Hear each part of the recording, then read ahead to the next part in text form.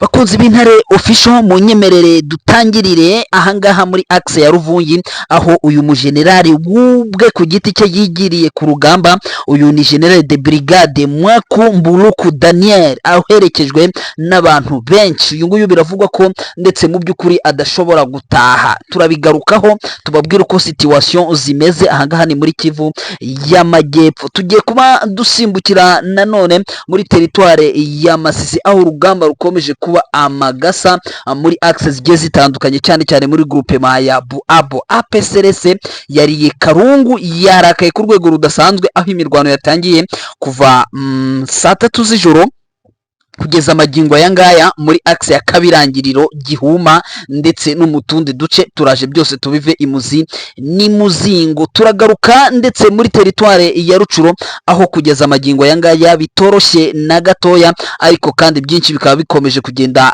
bivugwa ko Wazalendo bagabye ibitero muri axe ya Mubiru, Gatsiro ndetse na Jitene. Kugeza magingo aya ngaya operation yose uko yatangiye ndetse n'uko ihagaze kugeza magingo aya ngaya ndayikuzaniye. Si ibyo gusa, ndaza kuba nsimbukira muri axe ya Miyanja ndetse na Ruhinzi, naho ni muri Masisi mbabwire ibyaho uko bimeze. Hanyuma ngaruke ku gitero simusiga ndetse cyateguwe cyo kwigarurira uduce tugiye dutandukanye hano muri axe ya Pinga. Hanyuma nze gusimbukira ku mirwano ndetse yakomeje kubera muri Mupfunyi Kibabi.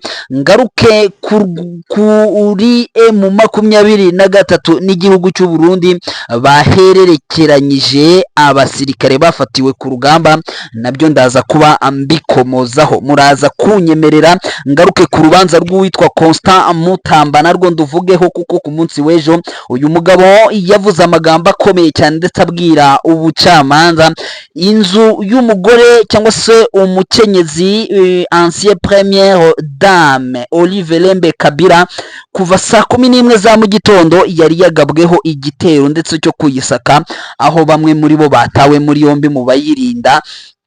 Ibi nabyo tugiye kugenda tubiva imuzi ni muzingo. Hanyuma icyo ndi bugarukeho nuko muri Ituri MONUSCO yatangaje ko ngo ugiye kohereza ingabo muri axe ya Komanda mu kurinda abaturage ndetse bakomeje kwicwa, dore ko mu minsi yashize abasaga 40 n'abangahe bamaze kuba bicwa, bamwe bakaba bariciwe mu rusengero. Turagaruka ndetse ku bindi byinshi biri kuvugwa. Hari umunyamakuru maze kwicwa i Bukavu, turabigarukaho, ariko kandi n'ibindi byinshi. Hanyuma idonido ni muri aya makuru ndetse mwateguriwe mugiye kugezwaho na Rafiki Kijana Machachari ku Ntare official, mugiye kubana gatanu kuri kagenzi kako akabagezaho idonido. Amakuru yacu mwemere dutangirire muri territoire ya Uvira. Muri Uvira ni ibintu bitoroshye, ni inkuru bishobora kuba bigoye kuba wayivuga, aho umujenerali uyoboye iyo bita 33e region militaire cyangwa se akarere ka 33 ka gisirikare agaragaye yagiye muri axe ziri mu rugamba, ngo agiye muri supervision y'ama operation. Ikibazo gikomeye cyane ndetse kigaragara cyakoze kuri mugenzi we uwitwa General Major Peter Chirimwami Nyakwigendera, wari wibereye mu mujyi wa Goma, aho yari aturije nubwo amasasu yari isake, akavuga ati nange reka nerekane ko kugera kuri generali ntabitoraguye nabiharaniye. Umugabo aramanuka kugera aho bita Kasengese. Ibyaje kumubaho murabizi, singiye kwirirwa ambigarukaho. Urugamba ntabwo ruba rworoshye, ku buryo ki iyo wumva ngo umuntu ngo ni generali ko ashobora kwisuka ngo yishoye ku rugamba. Uyu mujenerali mushya ngo ushaka kwerekana itandukaniro rya bagenzi be abitwa ba Andre Kotazo n'abandi, uyu nguyu rero bamwita General de Brigade Mwaku Mbuluku Daniel. Uyu mugabo yagendereye ahangaha mu gace ka Ruvungi. Ruvungi, gace ka Ruvungi, aho uyu mugabo amakuru tugera tubwira ko ngo yaherekejwe na commandant secteur adjoint chargé des opérations et renseignements, cyangwa se uwungirije ushinzwe ibijyanye n'imirwanire ndetse n'ubutasi. Uyu akaba yitwa Colonel Apoko Bangala. Uyu nguyu nawe ntabwo yagiye wenyine, ngo yajyanye n'ukuriye, ngo yagiye ngo agiye gusupervisa ngo ibikorwa bya operation Sokolade muri Kivu y'Amajyepfo. Amakuru atugera akatubwira ko uyu generali Mwaku Mburuku Daniel ngo yagiye ngo ari hamwe na charge des opérations du secteur opérationnel Sokolade, uyu akaba yitwa Colonel Mpanga Mbanze Gili, ndetse akaba ngo yari hamwe na directeur des opérations de la 33e région militaire, akaba lieutenant colonel Kakule Botala Joseph Désiré. Amakuru ahari nuko aba bagabo ngo ndetse ngo berekeje anga muri Ruvungi, ariko ngo imodoka zikaba zasubiriyeyo mu nzira. Imodoka ngo zasubiyeyo zisubira inyuma nyuma yuko bumvise ibisasu bitangiye guturikira mu nkengero za Ruvungi ngo kandi biva mu misozi ya za Rubarika. Aravuga bati ibintu ntago dushobora kubyiha nganira, abajenerali bari kujya bagwa ku rugamba ovyo ovyo, hanigoma hagwe abajenerali ageze muri batatu ati nanjye ntabwo ngiye kugwa aha, ati nicyo naringaragaje nticyari gisanzwe. Uyu mugabo rero ndetse amakuru akaba yari kuza ameze nabi cyane, ubwo yari kuza avuga ko uyu mugabo ashobora kuba yishwe nawe cyangwa se yarasiwe ku rugamba, ariko akaba yasubiyeyo ari muzima, ngo ku buryo cye ngo surveillance y'ama operation ngo ataje kuyisoza uyu umujenerali warugabye igitero ndetse warugiye kwirebera ibyo bita ngo parper les doigts cyangwa se kwikorera kuri operation akagera kuri ligne de front akumva uko bimera. Ibi ntago biba byoroshye mwabantu mwe kumva generali Kirimwami yabigerageje muri buriya yarusimbutse kenshi. Uyu mugabo bita Kirimwami yabigeragereje ubwo iyi intara ya Kivu ijyaruguru yayoborwaga no bita Constant Makongba, abigeragereza ariya mu Ibunagana za guhunga ndetse ahongera Uganda n'inkweto ze zirasigara, agiye kubigerageza Isake rero birangira bimuhitanye. Ibi bintu ntabwo ari umukino umuntu nka general kujya kuri front, ntabwo biba byoroshye. Hanyuma mu nyemerero duhite tugaruka muri territoire ya Masisi, aho amakuru atubwira ko groupement ya Buabo APCRC barakaye ku rwego rukomeye cyane. Amakuru atugera akatubwira ko imirwano yatangiye kuva saa 3 z'ijoro, imirwano ikomeye cyane ndetse ngo yaberaga muri axe zikurikira. Axe ya Kabirangiriro hagabwa igitero ngo ndetse cyari kigizwe na APCRC Alliance des Patriotes pour un Congo Libre Souverain bafatanyije na Pareco FF yo kwa Mutayomba. Hanyuma inyuma ho bita Gihuma Kabirangi, abo nibo bagabye igitero Kabirangira. Ikindi gitero kigabwa mu gace ka Gihuma, aho iki gitero cyagabwe ndetse kirimo inyeshyamba za Pareco FF FDLR ndetse n'umutwe nahoze numva ngo witwa Uhuru ndetse n'uwitwa Mark. Abakaba aribo bagabye igitero ahanga muri axe ya Gihuma.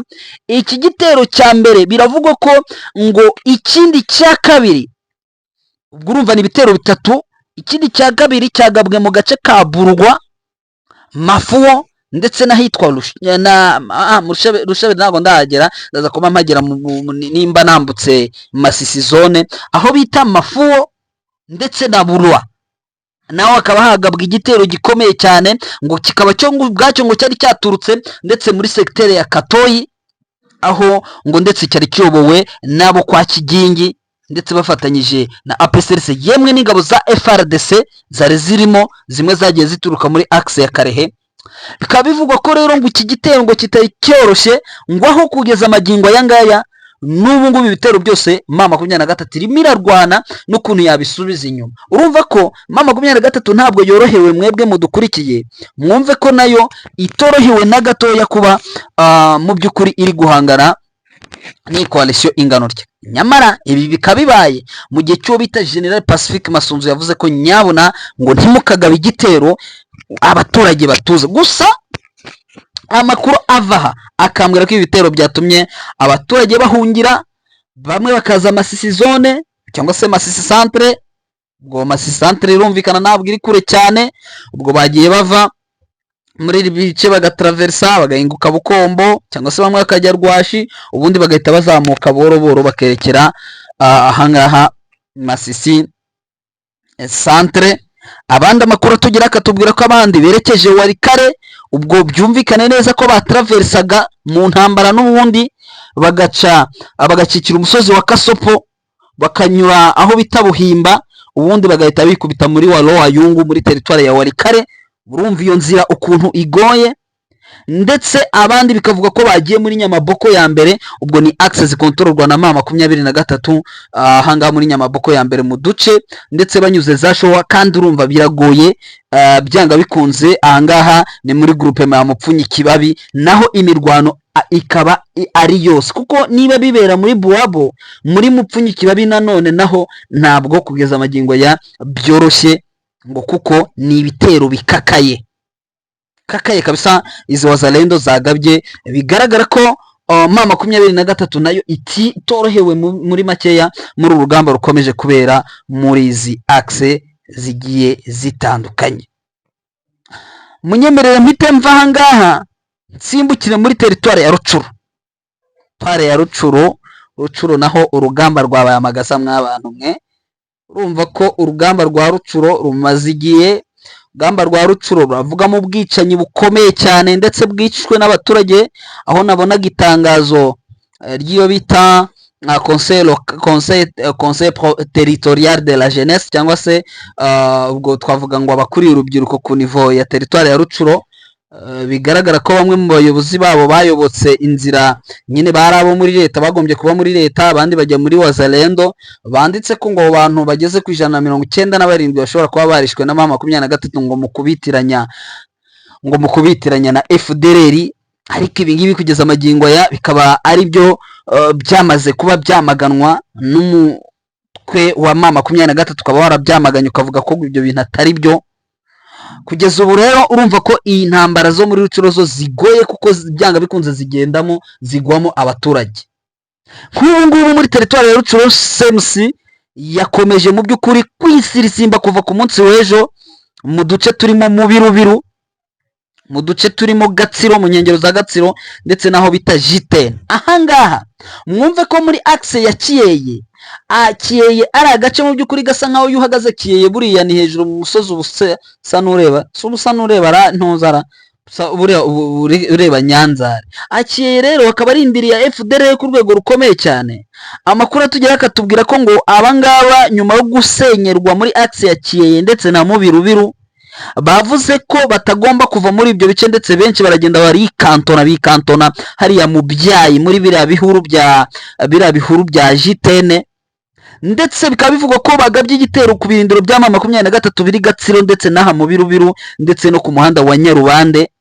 Ubwo urumva ni umuhanda uturutse n'ubundi muri ibyo bice ukanyura za Ruve ugakomeza uza hano muri Mweso, aho ngo kuva ku munsi w'ejo ibitero bitari byoroshye. Ku munsi w'ejo nibwo nababwiraga ko urusaku rw'amasasu rwumvikanaga muri yemwe haba za Gashuga, urusaku rw'amasasu rwumvikanaga, uretse ahangaha rwumvikanaga ndetse no mu bindi bice birimo nk'aha Mweso, ndetse Mweso ikaba bivugwa ko ndetse yamaze kuba yakira abaturage b'impunzi benshi baturutse muri ibyo bice. Ariko kandi M23 ikaba yaravuze ko muri biriya bice ndetse birimo abaturage bagomba gusa nkaho babyivanyemo bakabivamo kugira ngo babone uko bakora ama operation. Urumva ko biragoye. Gusa operation uko yagenze, amakuru ngira arambwira ko force zo kwa ntabwo ari Dominique Ndaruhutse, ni Mbitezi, zamanutse zikagaba igitero aho bita Gatsiro, kugira ngo n'ubundi hanyuma force ku buryo kuko abarwaniraga muri J10 n'ubundi bari basa nkaho bamaze gufungura umuhanda, hanyuma abo muri Gatsiro bashaka kugira ngo barase defense za M23 zihari, kugira ngo force zakagombye kuba zituruka Mweso bize kugorana, kuko urabona Gatsiro iri hakurya za Mweso kure, ariko hakurya ya Mweso hafi ho ni Kanyangoye. So amakuru akatujya tubwira ko ngo aba barwaniraga ahangaha bari bashaka kugira ngo force za Mweso zize gusa nkaho zicanganikiwe, noneho zibure aho zishobora kwerekeza mu buryo bwo kujya ku intervene cyangwa se gutanga musada. Byarangiye rero aba bari bahagabye igitero, force zavuye zitigeze ziva Mweso, ahubwo zaturutse mu gace ko bita Kanyangoye zijya kuramforsa. Hanyuma abasirikare bambiteze bari bagabye igitero ahangaha, bari hamwe na FDLR foka, bari muri aka gace ka Gatsiro, baza kurushwa imbaraga na M23 ndetse bavanwa muri ibi bice. Ibi rero ngo bikaba byatumye ndetse no ku ruhande rw'iyi coalition mu bice birimo bice birimo nka hariya nihera hariya nka jitene, basa nkaho basubizwa inyuma. Gusa ukumva ko ngo urusaku rw'amasasu rwumvikanaga ndetse rukagera aho bita Bukama ndetse n'ipilote yemwe na Gashuga, aho ubwoba bwari bwamaze kuba bwinshi, bavuga bati izi wazalendo zari ikuku byanga bikunze saa yose zishobora kuba zamaze kudukandagiraho. Hanyuma wenda uko bimeze kugeza amagingo ya dushobora kuvuga ko abaturage bo muri ibi bice n'ubundi bakomeje guhunga ku bwinshi bitewe n'ikibazo gikomeye cy'iyi mirwano iri kugenda ibera muri izi nce. Hanyuma nihuse kuko ntabwo ndi bugende ntinda muri axe ya Miyanja, nari natsa nkaho nayisimbutseho axe ya Miyanja, ndetse yatumye no mu gace ko bita Gasheberi kagira ubwoba haba panike. Ubwo ni ku ruhande rwa M23. Miyanja hagabwa igitero gikomeye cyane, ndetse bivuga ko cyagabwe na General Omari. Uyu ni General Omari wa FDL ukorana nabo bita ba IPSRN bo kwa Kagiri ndetse n'ahandi, nabo bitwa ba Janti bakorera muri ibi bice birimo za Miyanja, za Ruhinzi, za Gakingi, kumanuka kwerekera ugakomeza ukazahuza nabo hakurya ho muri ANCDH.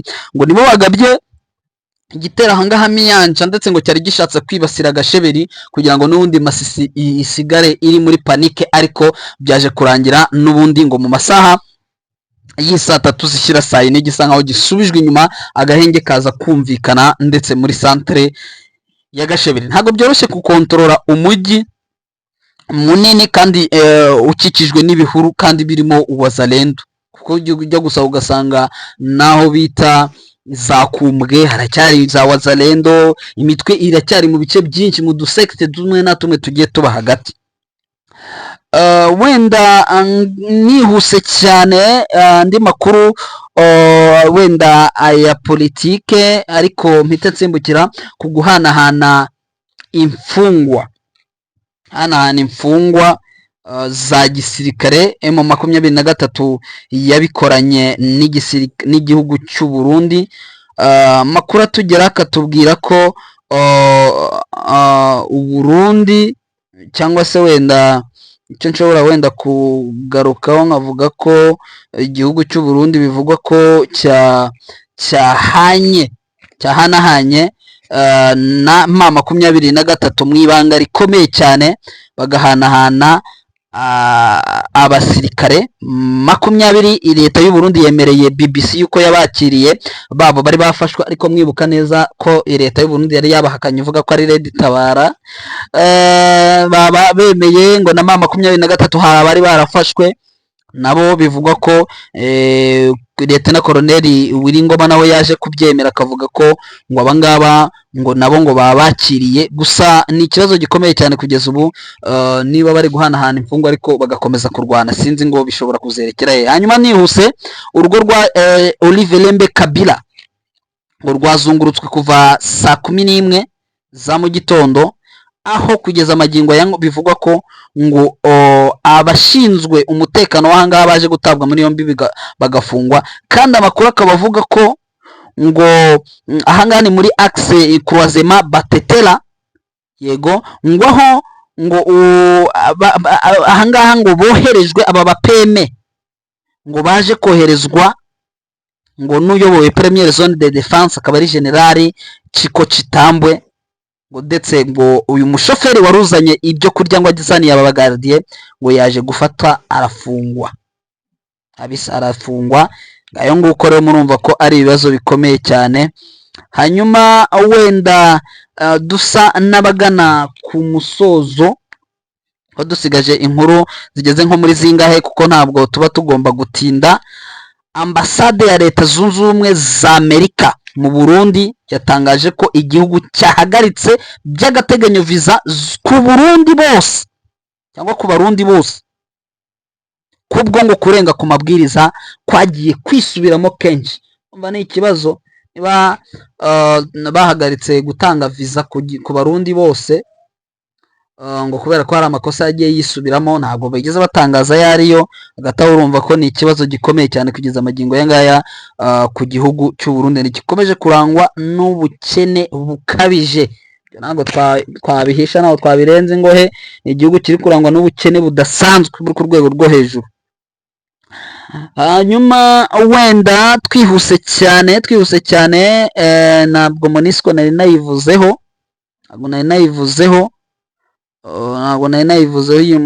iyi MONUSCO amakuru atugeraho akatubwira ko MONUSCO yatangaje ko muri teritwari ya Jugu igiye kohereza cyane cyane mu gace ka Komanda, ngo igiye kohereza ingabo nyinshi ngo zo guhangana n'aba bateroriste, ibi byihebe bya ADF na MTM.